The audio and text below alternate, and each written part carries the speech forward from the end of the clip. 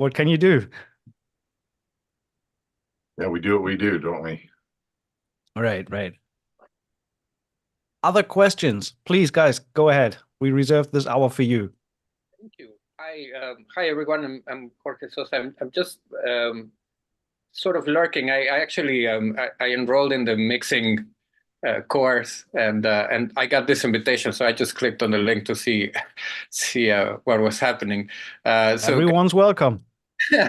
would you mind telling us or telling me just a little bit more about your course and what you'll cover and what it's all about? Okay, sure. Let me give you a quick summary. So basically, the production. So I have been working in the field of production music for the most part for the past basically 15 years. I do run my own label together with a business partner, providing music for some TV shows, BBC Life Below Zero, for example, and also work for myself as a composer for a bunch of different labels. Work a lot with Discovery Network, French TV. And yeah, have been doing this, like I said, for the past 15 years. And I originally launched this course on my own in a slightly lesser fashion. So we added new content for this re-release through cinematic composing. And it was just a matter of, it just made a lot of sense to join forces with Mark with the reach and just to present this to as many possible people to get them access to the content. And the content is plainly focused on developing your skills working in the field of production music. One side is the business side of things, so really explaining how this whole thing works, how connections with label work, how you can get in touch with labels, what you need to be aware of when you want to apply for production music labels to get your music into their catalogs. And the second, which I would say is the bigger part, is walkthroughs and live composing classes on 10 different production music styles, from EDM, tropical house, over tension, hip hop, pretty much the stuff that you hear daily on TV, and going through my approach of how I work within these genres. Cheers. All right, next one, please. It's an open mic session, so you can just unmute and go ahead. Carrie? Oh, I was just saying that someone was in the chat asking a question. Oh, yeah. Actually, I don't have the chat open. Let me open that. Register track with a PRO before or after submitting to a library. Quick answer, don't register yourself. If you work with a professional publisher, the publisher will always take care of registering your music. You don't have and should not do that yourself. How much of the course is music related versus business related? I would say 35-65, 35 business, 65 music. Mark, would you agree? Yeah, and we can show the course. That's... We're still finishing to upload the entire course, but we can show a little bit of the course inside so they can see the structure if any of them is interested and that you think is a good idea. Right. And to kind of like develop on Kari's question regarding the live classes. So Dirk may sometimes do some classes, but it's not like weekly. He's gonna do classes like this. But when you join the program, you become a cinematic composing member. And we do this type of classes every week, as you know. And you get access to the cinematic composing group. We're a community of more than 10,000 composers. In the group, there's more than 4,000. We also bring we do master classes and things like this. You get access to as well as part of this program. So, yeah. Thank you. All right. I'm going through more of the questions. So, starting out, should we be shooting for the big libraries or the small boutique ones? there is no right or wrong in that regards. If you, I talk about various ways how you can approach publishers and labels and get in touch with them. I think that smaller labels are easier to get a hold of, especially if you're like cold contacting and don't know anyone on the inside. Whereas the bigger labels like Universal, Extreme, BMG, etc., might not be as easily accessible. They usually don't have like submit emails or things like that. And obviously they get slammed with submissions way more than smaller labels. So if you're starting out, I would try to focus on two things. First of all, what do you love to write? What is your strength in terms of creating music? And then finding publishers that kind of represent a similar style in their catalogs. So that kind of already established a connection even when you don't have any connection. So when you get in touch with publishers, you can already tell them, well, I work in that style that you have present in your library and consider these type of cues. Don't want to go too far on that because more on that in the course, of course. So I have another question with regards to that. Do you find that most of the composers are they better off like linking up with some of these smaller organizations? Are there certain ones that actually like have good contacts with Universal and those guys, or is it just kind of a well, I mean, the overall structure is like that. You have to keep in mind that labels like Universal have roughly thousands of sub-labels. So Universal itself does have its own catalog and their own production music industry, so to say, and their own albums that they produce. But they also have hundreds of other labels that are represented by Universal, but they are not Universal themselves. And all these sub-labels are also, they would fall under the category of like the smaller labels that were addressed in the question. So if there's a label within Universal that you feel matches the music that you make, which is easily, which you can easily find out by browsing their catalog and checking out which labels are represented there. Usually they also have some kind of contact on their own website, not on the Universal website, but usually these smaller labels that are represented by bigger labels have their own websites as well with information on how to get in touch with them and whether they accept submissions and things like that. So did that answer your question, or did I navigate around it? And no, it was awesome. I just appreciate the opportunity to be here with you guys. It's amazing. I've really enjoyed. I loved watching you compose live. I don't like to compose in front of other people. There's just I don't know. There's a lot of pressure in that. I think that you did a great job. Thank you. That. It was really fun to see that 2 minutes. Cool. I'm just jumping through the other questions. Disco, SoundCloud, or something else. I tried Disco, was not really happy with it, to be honest, but that's just personal preference. I still have a SoundCloud, but I also haven't used it in a while.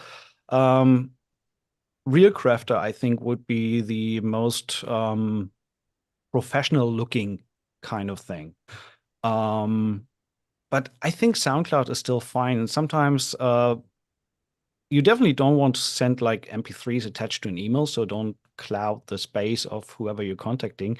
But I think it's also fine to send a Dropbox link or a Google Drive link, something that is easily accessible. It can be one of these platforms where you upload your music to listen to. It could be your own website where you just have a player, or it could be a link to some kind of tracks. All of these have its place, but Disco is on the bottom end of that list for me. I just didn't like the overall experience with their backend and how it works. But again, just personal preference. Do you teach a workflow with a little computer 16 RAM? That's actually a good question, and I want to fully honestly address that. This course is aimed at people who want to get professional in this industry, who want to work in this industry and want to get their sounds and their chops to a level that they can compete in this industry. So I'm not focusing on working on smaller spec systems. Let me just be blunt about it. If you want to be professional in this field, your machine that you're working with is the heart of everything. There is no way to save on that. If you want to be professional in creating music on a computer, you need a decent spec system.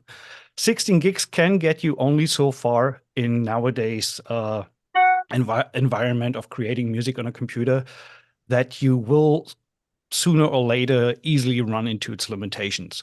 So I want to be fully honest about it, that this course is not aimed at people who may not be fully able to run that on a smaller spec or an older system. You need a decent system to make this happen.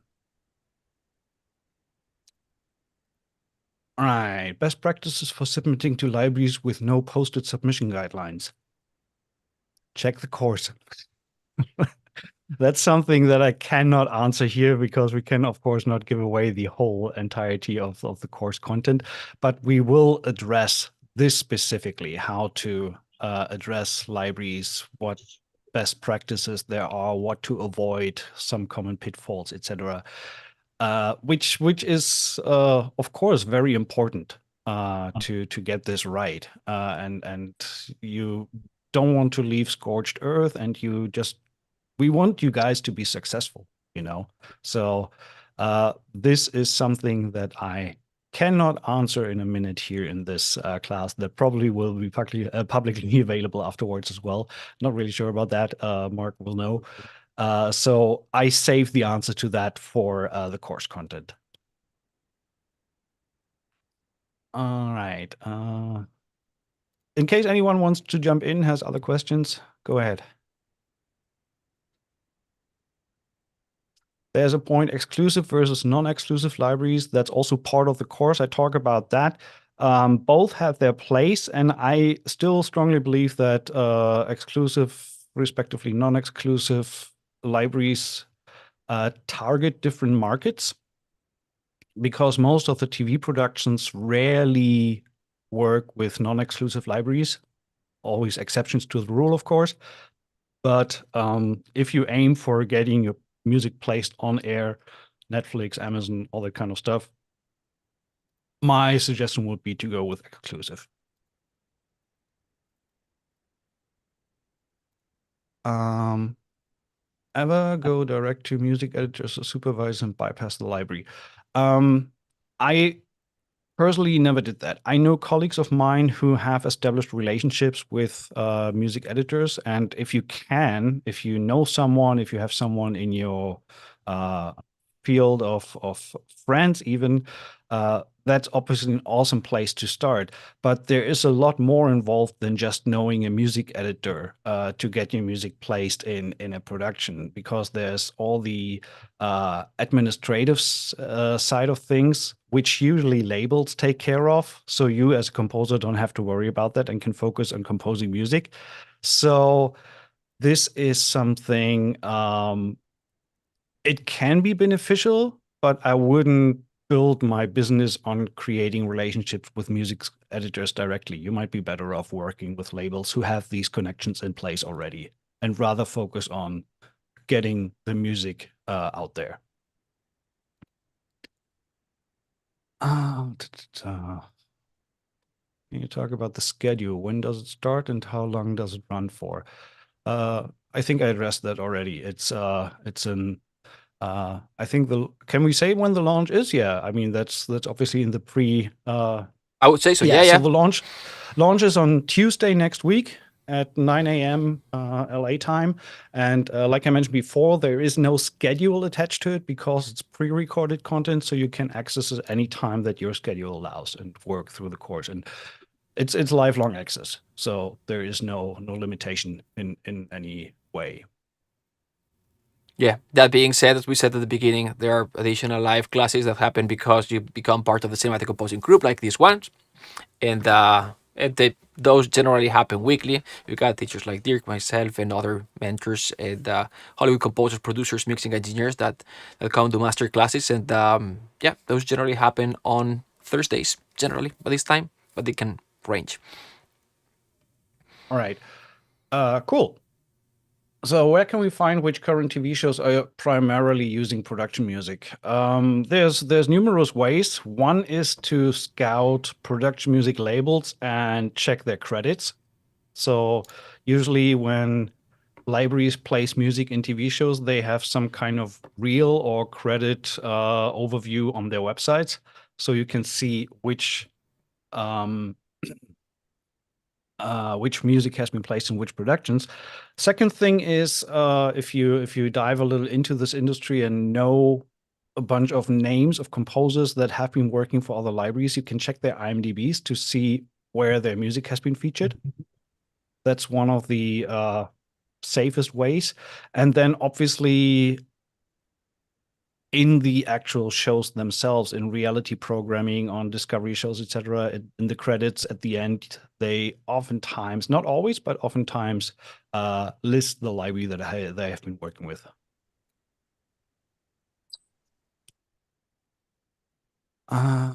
So that is working as a tour guide in South Africa and is in need of a short film. I'm the editor and the composer for the film. Should I edit?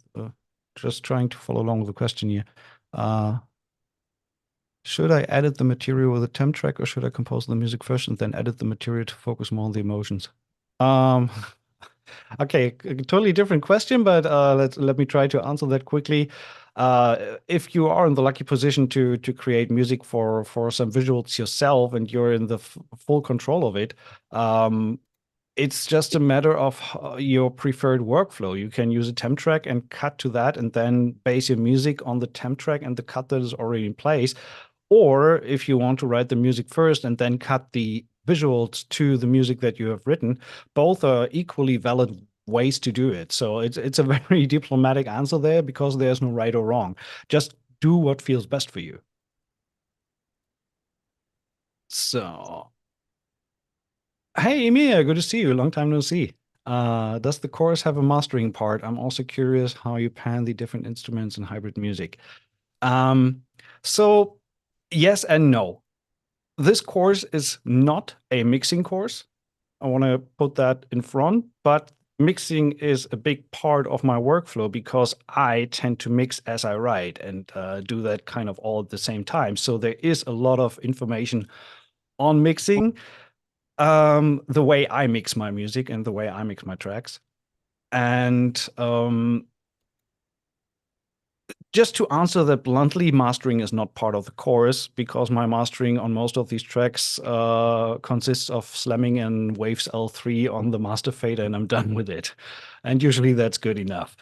There is a difference between getting music ready to sound, broadcast ready, let's put it like that, to make it sound good enough to have editors work with it and put it underneath dialogue, etc., and releasing something personal, or releasing a way higher valued or way higher produced album where you have a mastering engineer attached to it and everything, or maybe even a mixing engineer to take care of that. In the field that I work with production music, I currently have roughly 1,500 tracks in my BMI registered database. And so if we just break that down mathematically, that would technically mean 100 tracks a year when I'm doing that for 15 years. I don't have time to get lost in details of, I could mix that a little better, I could master that longer. I want to write the music, put it out, and get on to the next track. So I have established a workflow for myself, and I think I show that in the course as well, how I have sped up a lot of things and can get to writing quickly, because this is a numbers game. The whole production music industry is a numbers game. There is no way around it. And obviously, if you need 3 weeks to finish one cue, you may need to up your game a little bit. Otherwise, you will not get very far. You have to train on getting faster in this industry. But let me explain. This does not mean that I sacrifice quality. I still want to write the best music I can. But some production music tracks consist of a damaged two loop and a nice Omnisphere pad on top. And one of my most used cues in my entire career is two Omnisphere drones playing next to each other for 3 minutes. And that cue took me like 10 minutes to do, and it has been running on US television over and over and over and over. Sometimes it's just not predictable where the success comes from, what gets used the most. I had a cue that sat dormant on a production music shelf, a library shelf, for roughly 8 years until it was used for a toothpaste commercial in France and made 25K in 1 quarter. So you never know where that is coming from and what your cues do. The only thing that you have in control is to put out content consistently, and then it grows over time just on its own. So mastering is not a dedicated part of the course, as is mixing. It's not about mixing, it's about creating music fast. And then mixing is a part of that, obviously. All right, I hope this helps. And I saw a hand up. Mirko, was that you? I Okay. Did anyone? Okay. Otherwise, just ask your questions in. Otherwise, I just go with the ones I'm reading here. What are the pros and cons of sync agents? Cannot really answer the question because I have never worked with one. So I have only established my connections when I started out with production music libraries myself. Technically, production music labels are sync agents one way or another, but I know that there are middlemen out there who either really do or just claim to get your music into productions. I cannot answer that because I've never worked with these kind of people. I don't personally think that there really is a need for a middleman. You can create and establish connections yourself. Kyle. So I'm looking into releasing some of my music. I'm starting to have more music that I'm more proud of, and I was wondering if you had any tips on that for releasing my music. My end goal is to be able to write for television and movies, and so I want to have something to show. And if I can release my music, that's something I can show to be able to try to get there. Do you have any recommendations? Good question. So first thing first, if you have music already that you seriously consider placing with a library to get it synced to picture or for them to use the music for their clients, I would highly suggest to not release that music on your own because it might make that music unusable for the library when you release it yourself. So I would be cautious about what stuff you release yourself if you consider that stuff already for future use. If you just want to release it for showcasing what you're capable of doing, that's totally fine. But I wouldn't throw all my eggs into that basket and releasing everything on my own because it just takes possibilities away for libraries to actually utilize or sign the music to their catalog. I feel that basically the how to answer that, the question is, you can release on digital platforms through CD Baby or DistroKid or Ditto Music, all these platforms that allow you to release your music online. I feel that YouTube has a bigger reach than regular streaming providers like Spotify or Apple Music, as long as you're not a known name. So building an audience through YouTube is still one of my favorite ways to attract more people to my music. I mean, I have been working on my YouTube channel for the past 12 years and it has grown, of course. It was a good thing, but I would have never imagined in the beginning of that journey what amount of jobs and work came back through me being just present on YouTube. Be it just through music itself, or I mean, I did host a few videos and did sample library reviews and things like that. Obviously, that helped, but a lot of traffic is generated through YouTube by people watching what you do or hearing what you do. And I think that has a far bigger reach than just Spotify. But they can go hand in hand. You can have a video upload of your music on YouTube and then link that to the Spotify playlist and things like that. So it's basically you're advertising your goods. Your goods is your writing and your music. And if you don't advertise, no one will know about it. So there's only the way of going public, you know? Thank you. Sure. Joao, is that correct? Hey, yes. My name is very hard to pronounce, so Joao is fine. Okay, gotcha. About right, you just said that it's about writing fast. Just to be on the other side of this statement, don't you think one of the things that you notice when you like compare libraries to original composer on a show or on a film is that it tends to be more standardized or cliche? Don't you think you shouldn't sacrifice that for doing fast? Of course, you won't take like 3 days to do a queue, but you can take a day instead of like 3 hours, for instance. Like, if you take a day, is it hard for as hard as you said 3 days? First of all, you're right. There is it is a certain amount of sacrifice that you have give into that, and but I'm not condemning that. It is part of the deal that you go into with this business. Library music overall is very structure driven and is very not generic, but there are certain expectations to what a queue is expected to sound like, not only from the makers of the content. If they are looking for attention queue, there's a certain tropes that you need to fulfill to make it attention queue that works in reality TV, for example. Even trailer music, which is a sub area of production music, if you look at it like that, even that follows fixed formulas that are expected to work in this industry. I personally have my side projects. If I am getting numb of the formulaic nature of production music, then I just write something for myself, write something that I release a track on my own, where I just take a week time to write something. I'm not sacrificing my my musical integrity by writing production music underscore bad that possibly takes me just 1.5 hours to write. But you also have to keep in mind, I trained 10 years to be able to do that in 1.5 hours.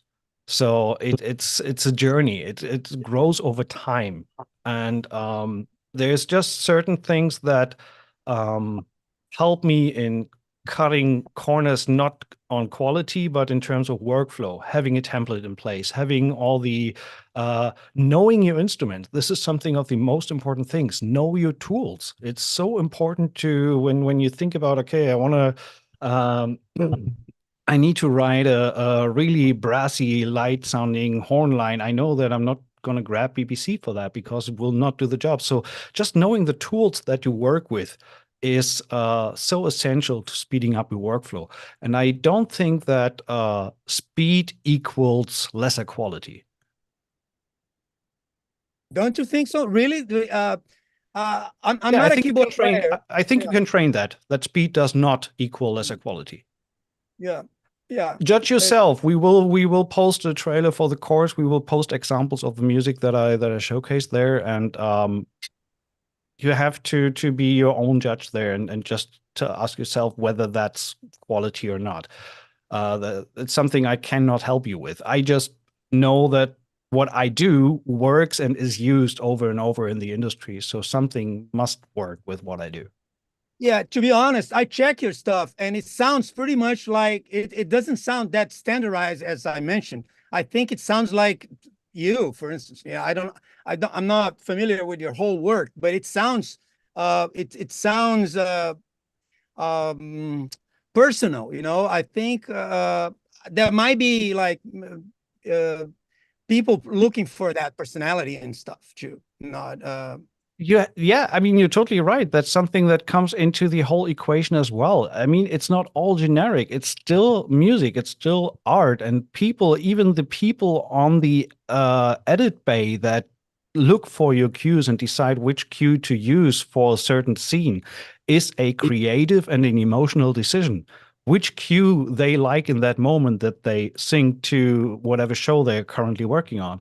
So if you don't touch someone with the music, or if you don't reach someone with the music, you won't be likely to be placed. And this is something that I talk about as well. We want to get down to the core of the emotion to get the emotion right in a certain cue. But in the production music field, it has to be way more defined than in a movie score, for example. In a movie score, you have a lot more ways to meander between different emotions and creating a story arc in the music.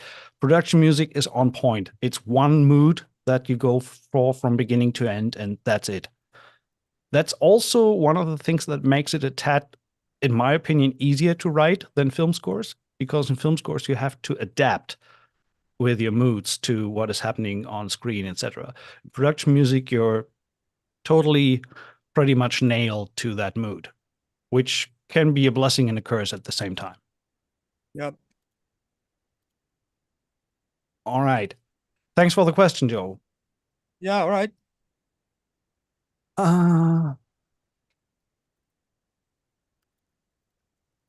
Classical cover tunes, who gets the writer's share in a piece by Mozart or Beethoven? Are there libraries that accept this material and is worth pursuing?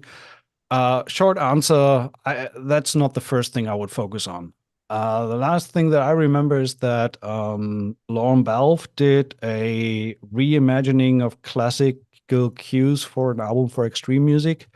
And I think he is noted as half of the writers. I'm not even fully sure about that. I have to check that again. Definitely for the arrangement, you can be registered. But again, that's not really something I would focus to start with. That's something that you can talk about if you are established with a library and propose them an idea like, guys, I want to do some reimagining of classic works. Are you interested in that? It's not something that you open the door with. It's rather something that you talk about with someone who you already have an established relationship with. What are the pros and cons of specialized libraries like Crime Sonics?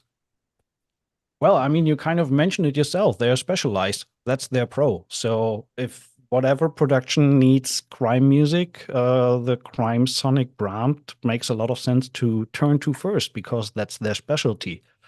Some libraries chose that route, or some publishers chose that route to be more specialized and really nail that one thing. And a lot of other libraries try to offer a broad range of genres and different stuff. There is no right or wrong. Crime Sonics had a very clever idea to focus just on this specific field, and they have been very successful at that. And it's kind of what I mentioned before. If you want to get in touch with labels and want to get your foothold in this marketplace, you have to do your research. And if you yourself enjoy writing crime cues and tension crime scores, it might be a good idea to get in touch with the guys from Crime Sonics and see if you can get a foothold with them. So, hope that answers the question. Does the library handle distribution, DistroKid, TuneCore, CD Baby, or should cues intended for production be on Spotify and the like? Totally dependent on the contract that you have in place with each library. Each library has their own rulings about that. Some release the stuff on Spotify and the likes. Some keep it industry only. Each library has their own contractual obligations, and you just have to study the contract for that. What rarely happens, I mean, I have seen that happen too, is that you can release it on your own. Definitely not with exclusive libraries. If you work with non-exclusives, you have control over your material and can do with it as you please. But exclusive libraries will probably not allow you to release the stuff on your own on public streaming services. All right, let's get on. Hi, Dirk, David here. How do you manage not to be distracted creatively while you mix at the same time then you write music? Any specific tips? This is a very good question, but also one of the hardest ones to answer, because I cannot fully I mean, I'm sounding like a salesman now. You have to watch the course and see me do it. But exactly that. I cannot really explain how this happens. I think I just trained that over time, and a lot of the things that I developed over time that I also show in my workflow is habitual. It's just happening over time. And I made the conscious decision to have the mixing process and the writing process combined, because it saves me so much time not to render everything to audio and then go into a mixing session. Let me put this straight. There are releases that I've been working on where I'm still doing that approach, especially stuff where I have to, and that goes back to the other question we had before. Not every production music cue is done in 2 hours. I have cues that I work on a day as well. It depends on the complexity of the music. If I'm writing for like a family adventure album where you have lots of woodwind flourishes, string runs, all that kind of stuff, that's not something I do in 2 hours. And that's also might be something that I then render to audio and separately mix that in a separate session, just to there's the thing about different mindsets when you're writing and when you're mixing. In my regular sessions, I have come up with a way to combine them. First of all, my template is kind of pre-mixed in a way that I don't need to worry about too much about the sounds. So I know the libraries, I know where their weaknesses are, where they sound muffled or things like that. And this is already taken care of the same way as Mark has shown in his videos, with some presets on the strings and presets on the brass to have it sound good right out of the box. Not perfect, but good enough to be usable, And I cannot answer the question how that is not distracting to mix and write at the same time. I just do it, and you have to watch me do it to see if that's something you can approach for yourself as well. I cannot guarantee that the same workflow works for you, but that's normal. Everyone composes differently. So it's a classical thing of there's a lot of ways that lead to Rome. I just show you my approach and how I do it, and hopefully you can take parts of that for your own workflow and adapt things for yourself. It doesn't have to be that you do everything the way I do it or the way Mark does it, So hope this helps. Public price for the course will be about $400. For the early bird, it will be half of that. Does this help? Yeah. That was me. That was not directed at me. It was just a question. Thanks for saying that out loud. Yeah, I mean that's no problem. If you register for the course, you can see it on the. Yeah, I mean we can talk about it. It's 400 regular price, and early bird price is $197. Yeah, correct. Yeah. So yeah, you save 50% if you register early. And you said lifetime access. Yes. For $200, guys. Gotta hire. That's the idea. We gotta want to hire make it accessible for a lot of people. No, you're the man, Mark. So no offense, Dirk, but no. Gotta hire Kari for sales. Well, I've been in the industry on a weird small scale for 25, 30 years, and no one has ever done what you've done. Let's just be honest. I've watched some of the critical things that people have said during the little chats during classes and stuff, but your heart is in this, and of course having people like you, Dirk, it's like a lifetime dream for me. So thanks. Sorry, that was really long. I have 2 questions, and they're 2 one-word questions for both of you, Mark and Dirk. Fender or Gibson, and BMI or ASCAP. So I think it's the same. Yeah, since maybe the same. My heart is my heart is in rock. I come from that, so I would grab the Gyps instead of the Fender, although I have both, so they both serve their purpose. And I'm with BMI. All right. Okay. To me, it's Fender, BMI, Fender Tele, and BMI. Sweet. I just love a good sound of a humbucker. So yeah, there you go. That's awesome. Okay, good answers. Thanks. Why? All right. Can I ask, and thank you for the kind words, Kerry. Of course. Exactly. So why BMI? There is no right or wrong, and currently with the whole process of BMI having been privatized by an investment group, we basically have to see how this develops in the future. It can be good, but it can also be bad. We will see how that goes. It worked good for CSAC, so it is not just necessarily a bad example. Basically, what I have learned when I started out, that was 10, 12 years ago. When I talked to colleagues in the industry, basically the overall impression or the kind of guideline was that BMI is better suited for production music composers and ASCAP is better suited for record producers and commercial releases, things like that, and film composers as well. I don't know for certain how true that is. I can only say that I've been happy with the way BMI has treated me and how it's running for me. Sweet. That's a great answer, because it is definitely different between if you're doing, cinematic composing as opposed to, top 40 releases that are going out all the time. Yeah. I'm kind of doing both, but it's kind of a weird area to be in. Yeah.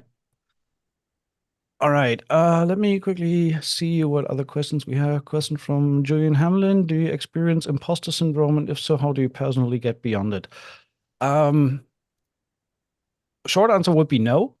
But one of the great things that I feel about production music is that if I don't feel like writing a certain type of thing that I have to work on, I can write something else that I feel like writing. So if I'm not in the mood for a happy, uplifting, emotional cue, whatever, I can write something dark and still find a home for it. I mean, luckily now I have my own label, so whenever someone doesn't want to have it, I can place it in my own catalog. And so I have the freedom of deciding what I want to work on, unless there is some, which there always is, unless there's some pressure or some upcoming deadlines and things like that.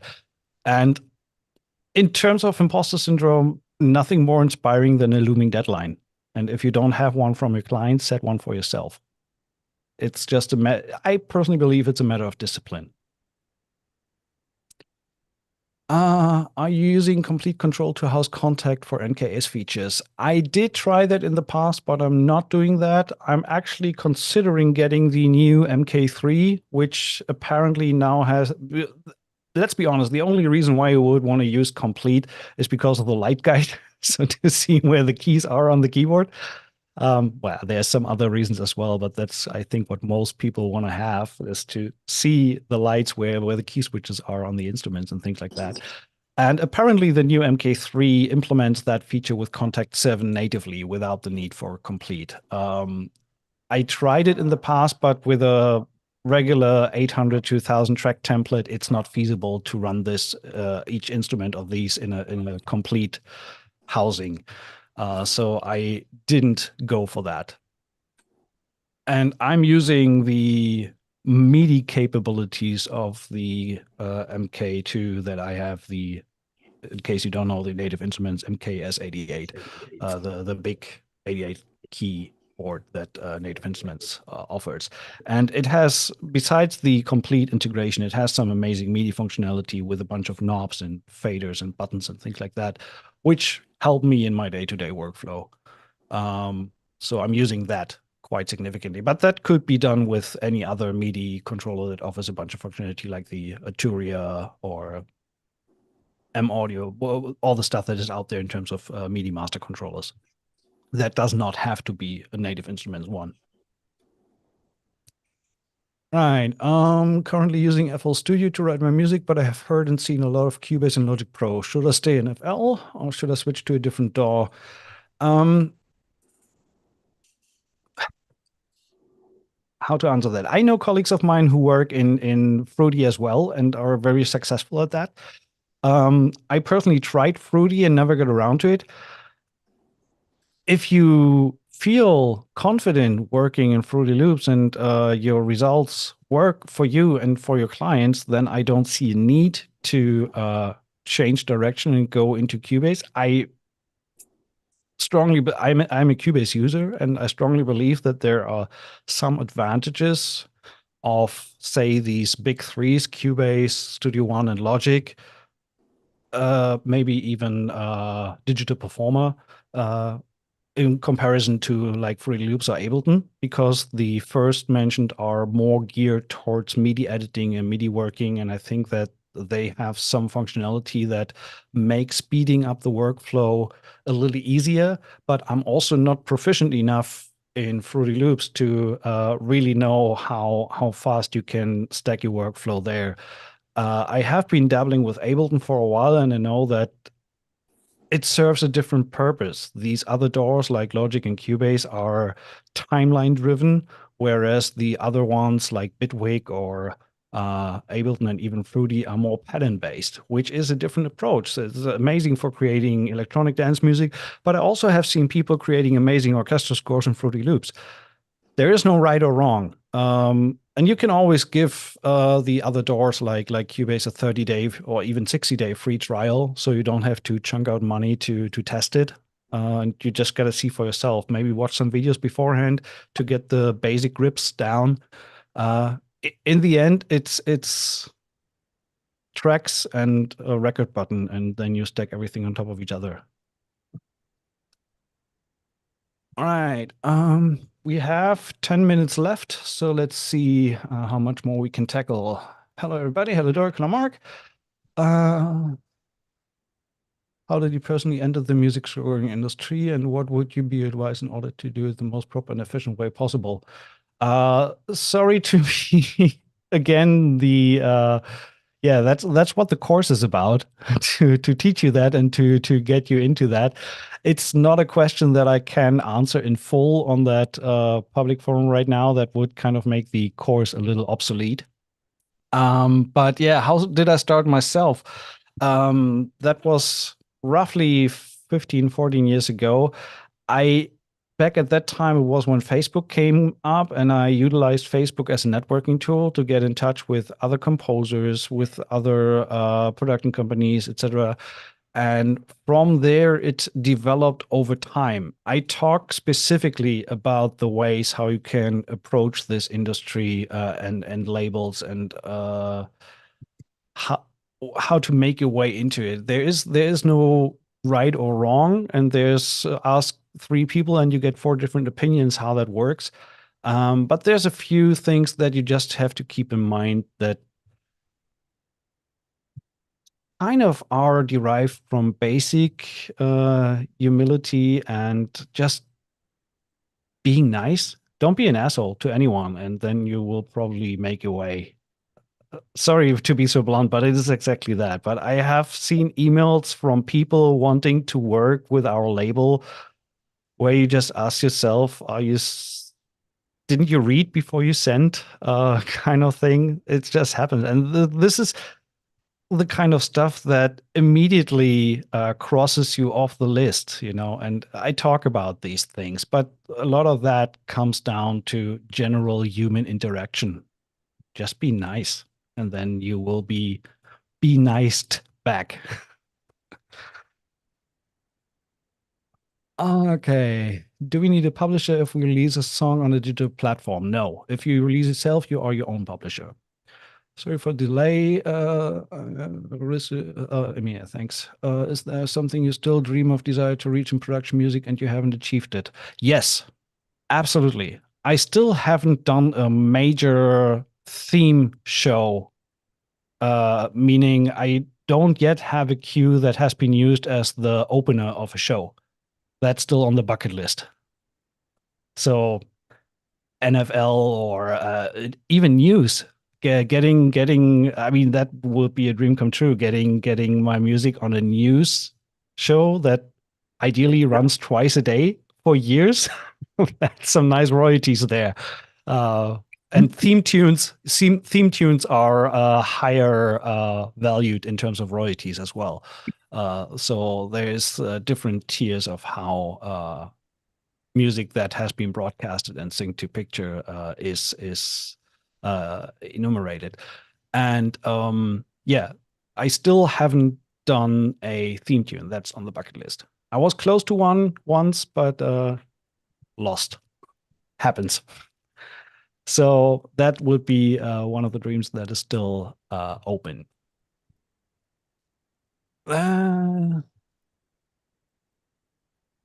Kevin Borg said time for an upgrade. Not really sure what this is referring to. But with the complete control discussion. Got it. What about TuneCore publishing? What are some good publishing companies? Just quick as a reminder, there might be some misconceptions about publishing. So the publishing that I'm talking about, or the publishers that I'm talking about, is a company that has relationships established with TV production companies, for example, like Universal, like Extreme Music, etc., where you as a composer write the music you get 100% of the writer's share of your music in an ideal scenario, and 100% of the publishing goes to the publishing company. If you release your music yourself on digital platforms, some of these service providers like CD Baby or TuneCore offer you a publishing deal. I can only highly recommend to read the fine print what that exactly entails, because technically if you release music yourself, you don't need them to be the publisher. You can be the publisher on your own. It's not like they go out and try to sell your music to productions. That's not their goal. Their goal is if some production licenses that stuff, they get a share of the money because they are now the publisher of the music. So I'll be very careful with that. I personally don't think that there's a need to utilize publishing services from digital content providers like CD Baby or TuneCore. You would be better off getting your music into the hands of an actual publisher.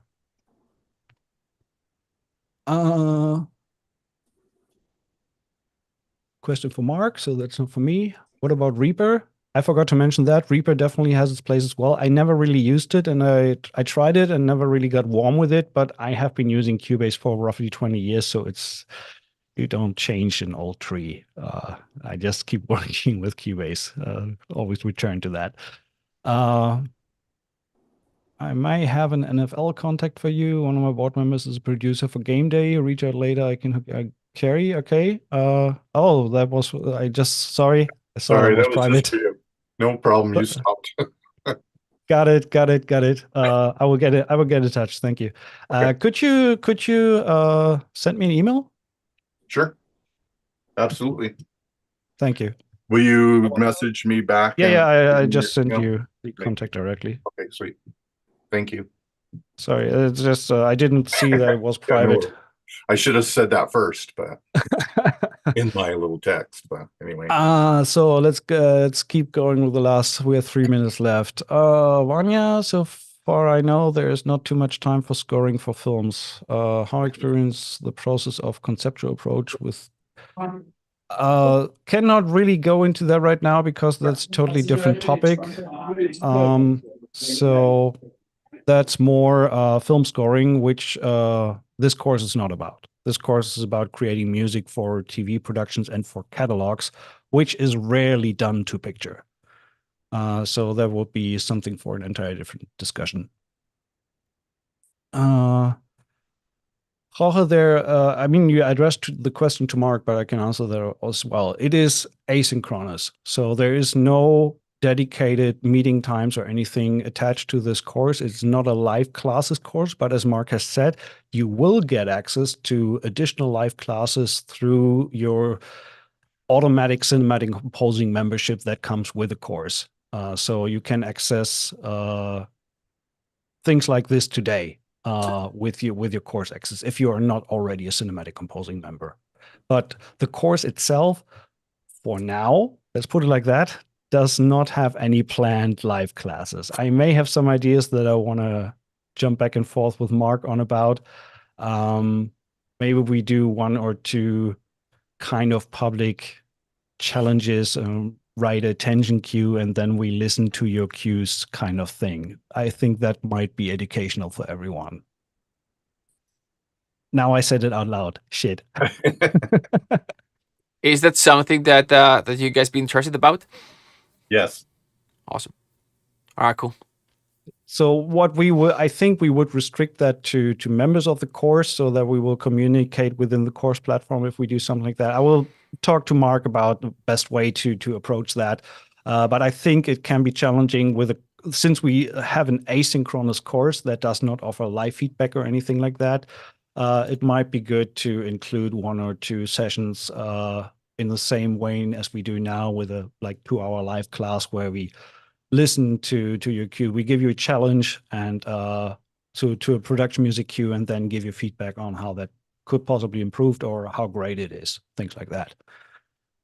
Yeah, feedback. Paul's mentioning feedbacks would be the most important thing to develop. Yeah, it's if you want to grow as a composer, first study, then practice, and then to the next level is mentoring, having someone next to you that can tell you what you did wrong or how to improve.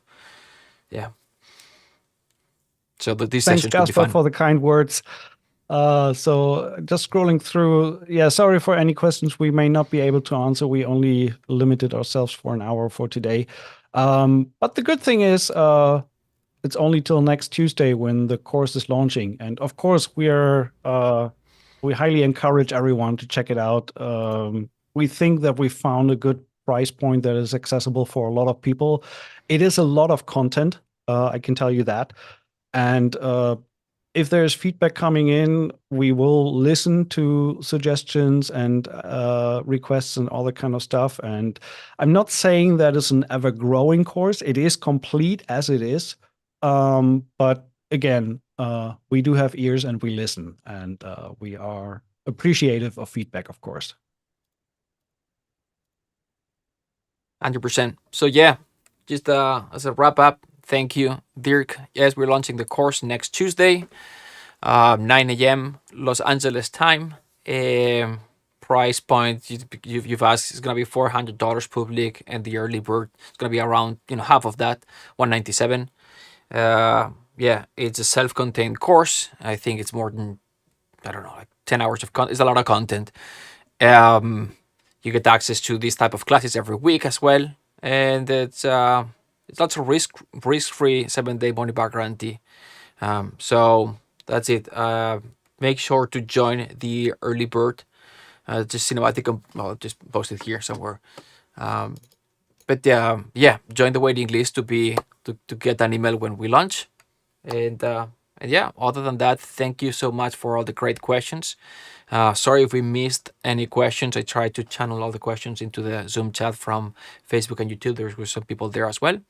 And yeah, if you've got any other question, feel free to email us. Just send an email at mark@cinematiccomposing.com, and we'll get back to you as soon as possible. Other than that, thank you again. Looking forward to seeing you in the next one. Thank you, Dirk. Thanks for your time, and yeah, hope to see you in some of these future classes or in the course virtually. All righty. Thank you so much. Thank you. Thanks, Cheers, everyone. That was awesome. Appreciate it. See you. See ya. Bye-bye.